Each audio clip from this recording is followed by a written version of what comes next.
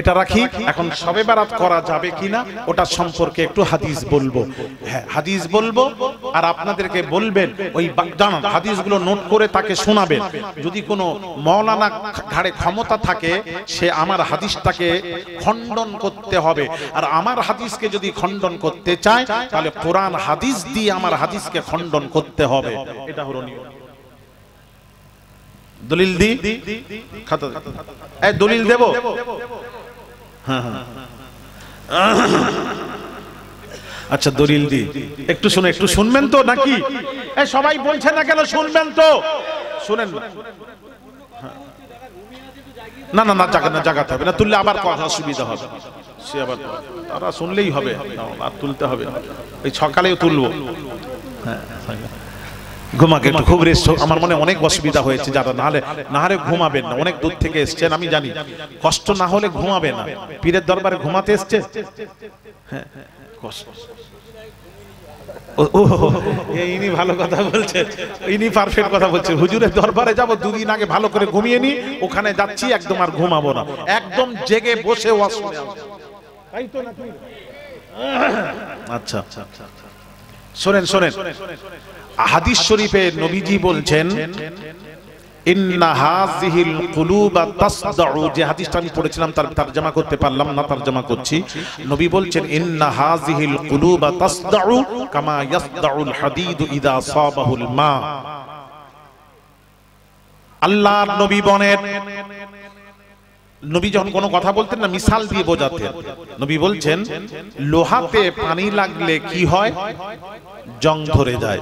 নবী বলছেন যেমন লোহাতে পানি লাগলে জং ধরে, তদ্রূপ মানুষ যখন গুনাহ করে সাউদাতুন নুকতা, কলবে একটা কালো দাগ পড়ে যায়।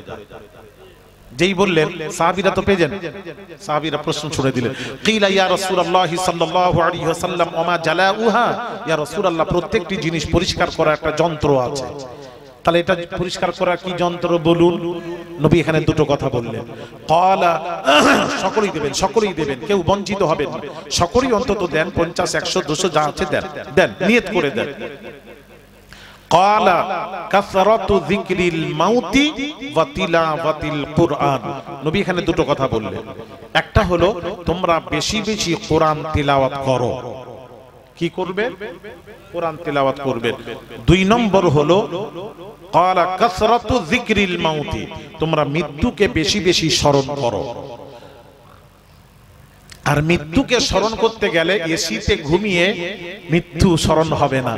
মৃত্যুকে স্মরণ করতে গেলে আপনাকে আমাকে যেতে হবে কবরস্থানে। কবরস্থানে গিয়ে মৃত্যুকে স্মরণ করতে হবে। কবরস্থান ছাড়া মৃত্যু স্মরণ হয় না। আমি আমার ছাত্র জীবনে আমি অধিকাংশ কবরস্থানে চলে যেতাম, আসর থেকে মাগরিবের ওই সময়টা কবরস্থানে গিয়ে কোরআন পড়তাম, তেলাওয়াত করতাম, চিন্তা করতাম সবাই মরেছে, একদিন আমাকেও যেতে হবে কবরে। তো মৃত্যু, কবরস্থানে গেলে মৃত্যু ছাড়া অন্য কিছু মনে কথা মনে আসবে না, রাইট? এই জন্য কবরস্থানে যাবে। বাইরামার বামাজিরা হাদিসটা শুনুন, হাদিসটা শুনুন। আল্লাহর নবী বিশ্ব নবী রাহমাতুল লিল আলামিন ইসলামের প্রাথমিক অবস্থায় কবর জিয়ারত করতে নিষেধ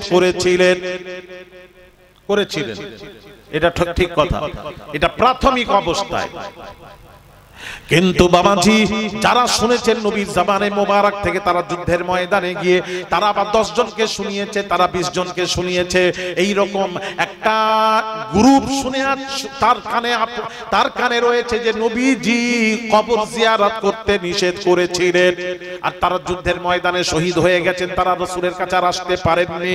পরবর্তীতে নবীজি কি বলছেন শুনুন। পরবর্তীতে নবীজি বলছেন পরবর্তীতে বলছেন কদ কুনতু নাহাইতুকুম আন জিয়ারাতিল কুবুরি ফাকাদ উযিনা লিমুহাম্মাদিন সাল্লাল্লাহু আলাইহি ওয়াসাল্লাম ফি জিয়ারাতি কবরি উম্মিহি ফাজুরুহা ফাইন্নাহা তাযকিরুল আখিরা। রাওয়াহু তিরমিজি। তিরমিজির হাদিস। আল্লাহর নবী দো জাহানের বাদশা রাহমাতুল লিল আলামিন হুজুর ইরশাদ করেন, আমি এক সময় তোদেরকে কবর জিয়ারত করতে নিষেধ করেছিলাম। ফাকাদ উযিনা লিমুহাম্মাদিন সাল্লাল্লাহু আলাইহি ওয়াসাল্লাম ফি জিয়ারাতি কবরি উম্মিহি। আল্লাহ তাআলা আমার মায়ের কবর জিয়ারতের পারমিশন আমাকে দিয়ে দিয়েছেন। বলছেন, আমি রাসূলুল্লাহ আমি পিতামাতার কবর জিয়ারতের পারমিশন পেয়ে গেছি। আল্লাহ তাআলা নবীকে যখন পিতামাতার কবর জিয়ারতের পারমিশন দিলেন, আল্লাহ নবী দো জাহানের বাদশা রাহমাতুল লিল আলামিন পারমিশন পেয়ে মায়ের কবর জিয়ারত করতে গেলেন। ভাইরা আমার, বাবাজিরা, মায়ের কবর জিয়ারত করতে গেলেন।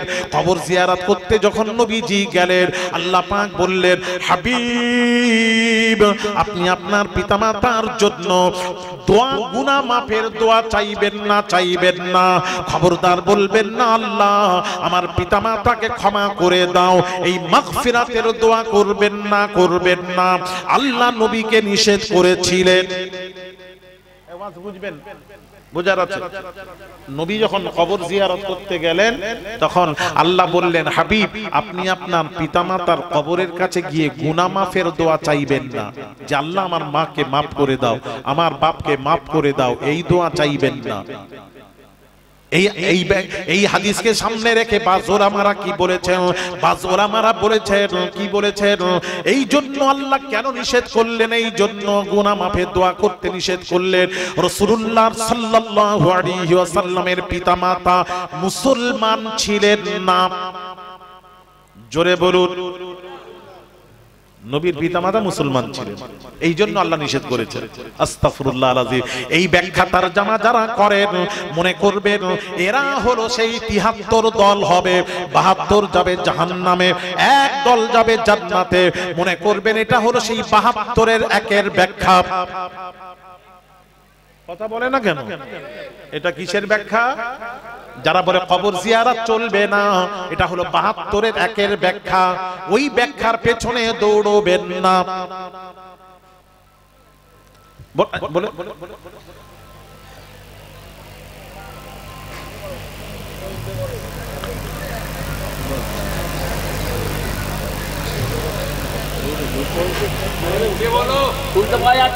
উঠে বলো বলুন না।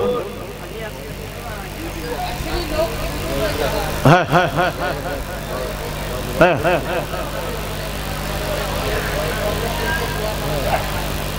হ্যাঁ হ্যাঁ।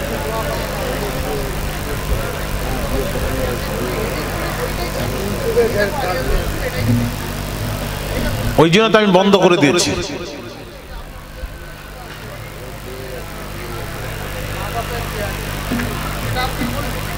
হ্যাঁ হ্যাঁ হ্যাঁ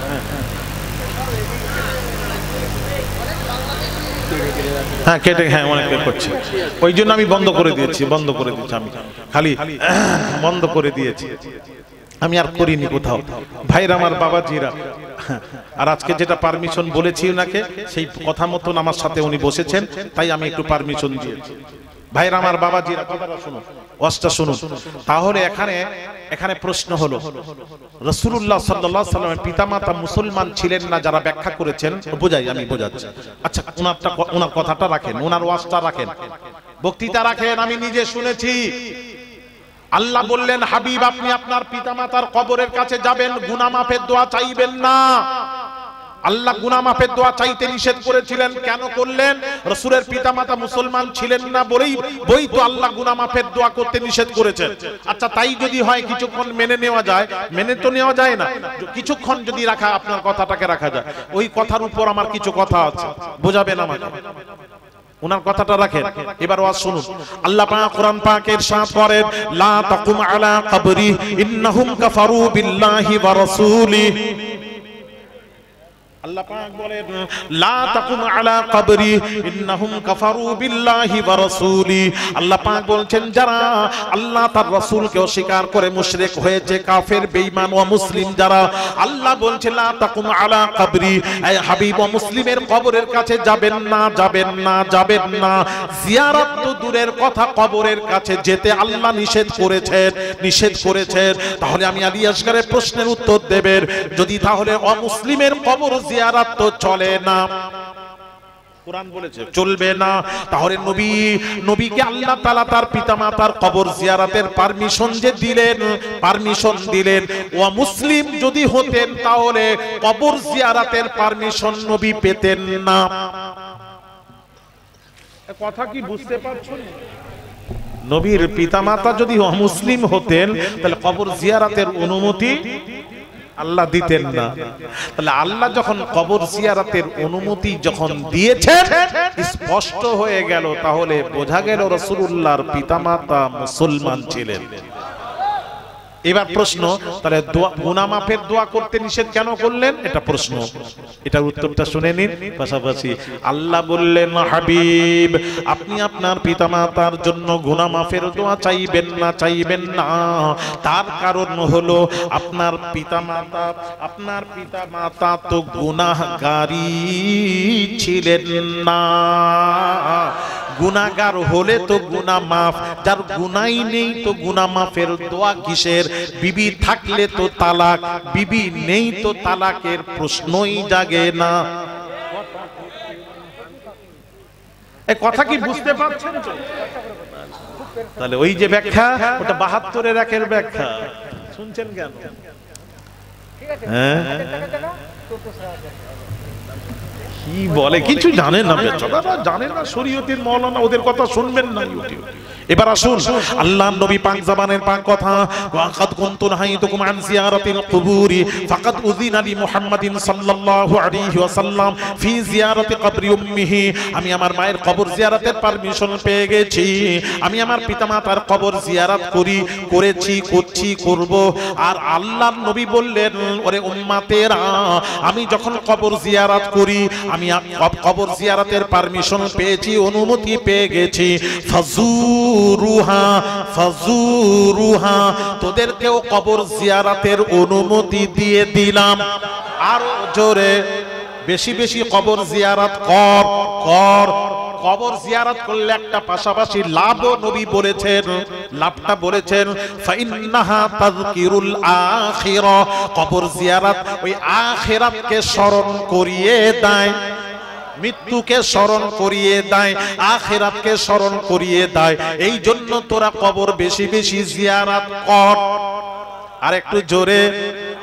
আচ্ছা, আল্লাহ বলছেন, হাবিব আপনি এক কাজ করুন, আল্লাহ জানেন না শবে বারাত এলে মানুষ কবর জিয়ারাতের মওলানারা দাঁড়িয়ে দাঁড়িয়ে বলবে কবর জিয়ারত চলবে না, কবরের কাছে নিয়ত করে কবর জিয়ারত চলবে না, কবর জিয়ারত চলবে না, শবে বারাতে ইবাদত চলবে না। শবে বারাতে কোনো খাস নয়, এমনি এটা সাধারণ দিন, এটা সাধারণ রাত, এটা কোনো খাস কোনো রাত নয়, এটা গুরুত্ব দেওয়া যাবে না। এ মৌলবীরা চিল্লাবে শবে বারাতে, শাবান মাস এলে এ মৌলবীরা, ওয়াহাবি মৌলবীরা চিল্লি করবে।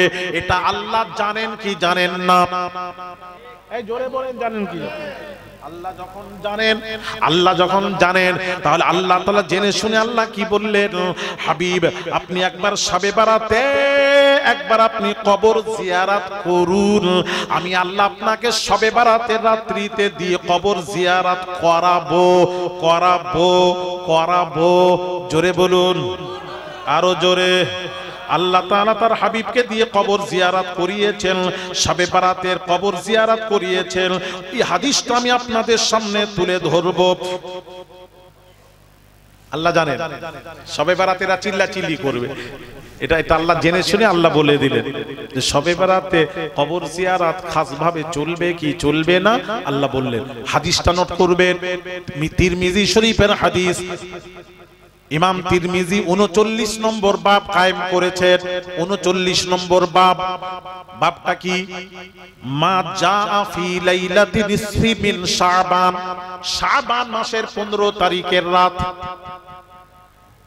শাবান মাসের 15 তারিখের রাত। হাদিসটা শুনুন ভাইরা আমার, হাদিস নাম্বার 739। মা জাআ, হাদিস নাম্বার 739, আন উরওয়া আন আয়েশা রাদিয়াল্লাহু তাআলা আনহা قالت فقدت رسول الله صلى الله عليه وسلم লাইলাতান। আম্মা জান আয়েশা সিদ্দিকা রাদিয়াল্লাহু তাআলা আনহা তিনি বলছেন, শাবান মাসের 15 তারিখের রাত্রিতে নবীজি আমার কাছে ছিলেন, আমার বিছানায় শুয়েছিলেন, আমার কাছে ছিলেন, একসাথে ঘুমাচ্ছি। নবীজি এমন সময় আমি আয়েশা যখন ঘুম ভাঙলো, আমি নবীজিকে বিছানায় পেলাম না। আয়েশা সিদ্দিকা রাদিয়াল্লাহু তাআলা আনহা তিনি বলছেন আমি ভাবলাম নবী অন্য বিবির কাছে বুঝি চলে গেছেন। ফাখারাজতু, হাদিস শরীফ, ফাখারাজতু, আম্মা জান আয়েশা বলছেন আমি রাসূলুল্লাহর খোঁজে বের হয়ে গেলাম, রাসূলুল্লাহর খোঁজে বের হয়ে গেলাম, দেখি নবী কোথায় গেছেন। ভালো করে শুনবেন, আমি নবীকে খুঁজতে খুঁজতে খুঁজতে খুঁজতে খুঁজতে খুঁজতে আমি নবীকে কোথায় পেলাম? কে বলছেন? আম্মা জান আয়েশা সিদ্দিকা রাদিয়াল্লাহু তাআলা আনহা তিনি বলেন আমি নবীজিকে খুঁজতে খুঁজতে খুঁজতে খুঁজতে ফাইদা হুয়া বিল বাকি, আমি নবীকে জান্নাতুল বাকি গোরস্থানে পেয়ে গেলাম। আরো জোরে, কোথায় পেলেন? জান্নাতুল বাকি মদিনা শরীফে গো, ওই কবরস্থানে পেয়ে গেলেন। নবী কবরস্থানে দোয়া করছেন, ওই অবস্থায় পেয়ে গেলেন। তিরমিজির হাদিস। এইবার শুনুন, আয়েশা ছুটে দৌড়াতে দৌড়াতে হাঁপিয়ে হাঁপিয়ে নবীর কাছে চলে গেলেন। যেই গেলেন নবী কি বললেন? আকুনতি তাখাফিনা আন ইয়াহিফাল্লাহু আলাইকি ওয়া রাসূলুক, আয়েশা তুমি কি ভাবলে আমি তোমার হক নষ্ট করেছি, হ্যাঁ অন্য কোথাও চলে গেছি, হক নষ্ট করেছি, এটাই ভাবলে? আম্মা জান আয়েশা বললেন কুনতু ইয়া রাসূলুল্লাহি সাল্লাল্লাহু আলাইহি ওয়াসাল্লাম ইন্নী যানানতু আন্নাকা আতিতা বা'দা নিসাইক, ইয়া রাসূলুল্লাহ আমি ধারণা করলাম আপনি অন্য কোন বিবির কাছে, জাওজার কাছে, বিবির কাছে চলে গেছেন, এটা আমার ধারণা ছিল। রাসূল পাক সাল্লাল্লাহু আলাইহি ওয়াসাল্লাম বলছেন আয়েশা, বিবি আয়েশা শোনো, না না না শোনো আয়েশা, ফাকালা ইন্নাল্লাহা আযযা ওয়া জাল ইয়ানজিলু লাইলাতান নিসফি মিন শাবান, ও বিবি আয়েশা আজকে শাবান মাসের 15 তারিখের রাত্রি, আজকে হলো শাবান মাসের 15 তারিখের রাত্রি। এই রাত্রিতে নবী বলছেন আয়েশা শোনো, ইলাস সামাঈদ দুনিয়া, আল্লাহ তাআলা আসমানের দুনিয়ায় নেমে আসেন, আসমানের দুনিয়ায় নেমে আসেন, আল্লাহ তাআলা আসমানের দুনিয়ায় নেমে আসেন মানে আল্লাহ রহমত নেমে আসে, নেমে এসে ডাক দিতে থাকে ওরে বান্দারে যা চাওয়ার চা, আজকে খাস রাত, যা চাওয়ার চা, আমি আল্লাহ তোদের দোয়া কবুল করার জন্য তোদের মাথার কাছে রহমত নিয়ে দাঁড়িয়ে আছি। যা চাওয়ার চেয়ে নে। আল্লাহ তাআলা কি বলেন শুনুন, ফায়াগফিরু লিআকসারা মিন আদাদি শা'রি গনামি কালবিন, আল্লাহ পাক বলতে থাকেন, আল্লাহ পাক ডাক দিতে থাকেন, বলতে থাকেন আজকে রাত্রিতে শাবান মাসের 15 তারিখের রাত্রি, অর্থাৎ সামনে শুক্রবার দিন গত রাত্রিতে আল্লাহ বলতে থাকেন ওই বানু কালবের সবচেয়ে বেশি বকরি ওই পালে, ওই বানু কালবের যত বকরি আছে ওই বকরির গায়ে যত লোম আছে ওই লোম পরিমাণ আমি আল্লাহ আজকে আমার হাবিবের গুনাহগার উম্মতের গুনাহ খাতা ক্ষমা করে দেওয়া হয়। আরো জোরে, এই রাত্রি খাস রাত। তাহলে বোঝা গেল এই রাত্রিতে নবী কবর জিয়ারত করেছেন মানে আল্লাহ করিয়েছেন। এই হাবিব আপনাকে দিয়ে কেন করালাম কবর জিয়ারত এই রাত্রিতে? এই রাত্রিতে আপনার পর যখন আপনার উম্মতেরা শবে বারাতের রাত্রিতে শুক্রবার দিনগত রাত্রিতে যখন কবর জিয়ারত করবে, এই হাবিব ওটা আমি আল্লাহ আপনার সুন্নাত হিসেবে আমি আল্লাহ গ্রহণ করে নেব।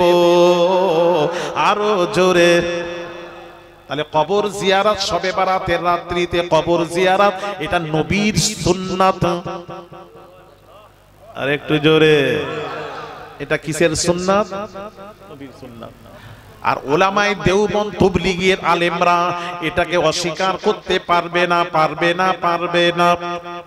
তার কারণ জানেন, তাদের গুরুর গুরু আশরাফ আলী থানভী সাহেব লিখেছেন বেহেশতি জেওরে, কলকাতায় ছাপা 208 নম্বর পৃষ্ঠা 208, তাতে কি লিখছেন একটু শোনাবো। এই শবে বেলাতে হালুয়া রুটি করেন না? কারা কারা করেন হাত তোলেন। আরে হাত তুলেন না, সবাই করে, বলছি কথা শুনেন। এই সবাই করেন তো, হয়তো। তাহলে আমাকে কখনো হালুয়া রুটি তো দিলেন না, আমি কি করে বুঝবো আপনারা করেন? কি আশ্চর্য ব্যাপার তো, আমাকে হালুয়া রুটি দেননি কেন? আপনাদের পাশে যাই যখন, আরে চলেনি তো, তোরা কি করিসনি তো, করিস তো, দিসনি কেন আমাকে? ওইটা জিজ্ঞেস করছি, বলে চলেনি। এবার খাওয়াবি সিরাজ ভাই? হ্যাঁ হয়ে এসছে, ডাকুন ডাকুন ভাইরা আমার, বাবাজিরা, এই দলিলটা দিয়ে দিই, হুজুর আসবেন, দেখো। এই দেখেন বেহেশতি জেওরের মধ্যে কি লেখা আছে শুনেন। শাবান মাসের 15 রাত্রি শবে বারাত প্রকাশ থাকে যে আমাদের ইসলামী শরীয়ত অনুযায়ী রাত্রিকে আগে ও দিনকে পরে ধরা হয়।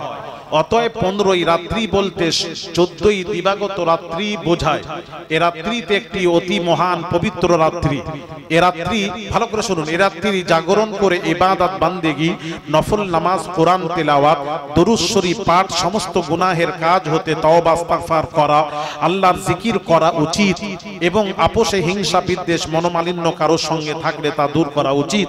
মৃত পিতামাতা, ওস্তাদ, গরিব আত্মীয় স্বজন, সকল মুমিনিন মুসলিমিন ও মুসলিমাতের জন্য সবরে শানি করা, কবর জিয়ারত যার যেমন তৌফিক হয় করা উচিত। তারপর দিনের বেলায় রোজা রাখা উচিত। থানভী সাহেব বলছেন রাত্রিতে কবর জিয়ারত করা উচিত, জিকির আজকার দরুদ পাঠ করা উচিত, আত্মীয় স্বজনের জন্য সবরে শানি করা উচিত।